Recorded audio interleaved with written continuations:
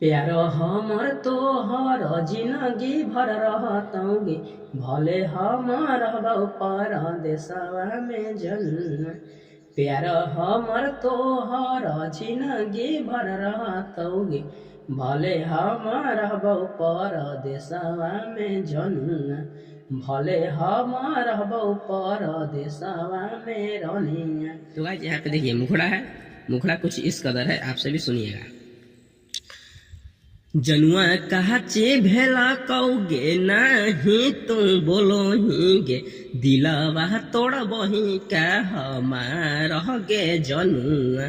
जनुआ कहाचे भेला कौगे नहीं तुम बोलो गे, दिलवा तोड़ बही का हमार गे जनुआ। चले जैबही का दोसरा के गाँव का रनिया, चली जैबही का दोसरा के गाँव का रनिया। छोड़ देबही का हमारा तू साथ का रनिया। खत्म भेल कइल सब प्यार का जनुआ, खत्म भेल कइल सब प्यार का जनुआ। छोड़ देबही का हमारा तू साथ का जनुआ। चले जैबही का दोसरा के गाँव का रनिया। खत्म भेल कइल सब प्यार का रनिया। चले जैबही का दोसरा के गाँव का रनिया। खत्म भेल कइल सब प्यार का रनिया। खत्म भेल कइल सब प्यार का रनिया। तो गाइज अंतरा है, फर्स्ट अंतरा क्या कहता है, आइए फर्स्ट अंतरा हम सुनाते हैं। तो गाइज फर्स्ट अंतरा आप लोग सुनिएगा। आगे ले जइबौ भगाए तो के हमें दूर देशवा में, से नूरा लगैबौ अपने नाम के रनिया। आगे ले जइबौ भगाए तो के हमें दूर देशवा में, से नूरा लगैबौ अपने नाम के रनिया। छोड़बौ नहीं जिंदगी भर साथ गे जनुआ, छोड़बौ नहीं जिंदगी भर साथ गे जनुआ।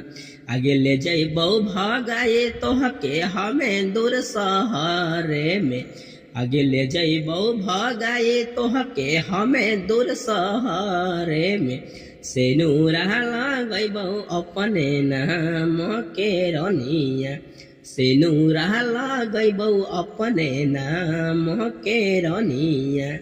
चली जइबही का दोसरा के गाँव का जनुआ, चली जइबही का दोसरा के गाँव का जनुआ।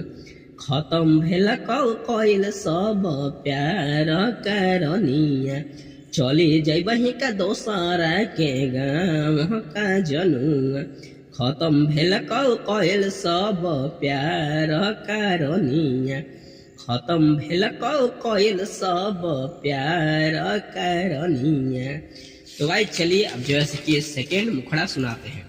जी हाँ गाइस, इस पेज पे लिखे हुए हैं, देखिए गाइस ये सेकेंड मुखड़ा है, और जो है सेकेंड मुखड़ा और लास्ट मुखड़ा हम सुनाते हैं।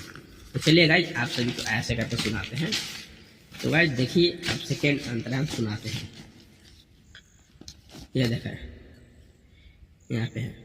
आगे छोड़ दे बही का साथ है ता सुने हमर बतिया गे, मर बहु नहीं मरे दे बहु तोहरा के रनिया। आगे छोड़ दे बही का साथ है ता सुने हमर बतिया गे, मर बहु नहीं मरे दे बहु तोहरा के रनिया। आगे रोहिता के छोड़ल हिक दोसर गाँवे गेलही क, आगे रोहिता के छोड़त कि दोसर गाँवे गेलही के गे। खत्म भेल कइल सब प्यार का रनिया। चली जइबही का दोसरा के गाँव का रनिया। खत्म भेल कइल सब प्यार का रनिया। चली जइबही का दोसरा के गाँव का रनिया। खत्म भेल कइल सब प्यार का जनुआ। खत्म भेल कइल सब प्यार का जनुआ।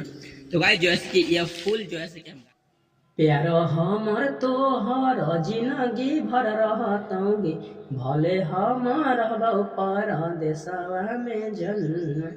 प्यार हमर तोहर जिंदगी भर रहतौगे, भले हम रहबौ परदेसवा में जनुआ। भले हम रहबौ परदेसवा में रनिया। केकरा से कहियौ जानू दिलवा के बतिया गे, लागौ नहीं मनावा हमार गे।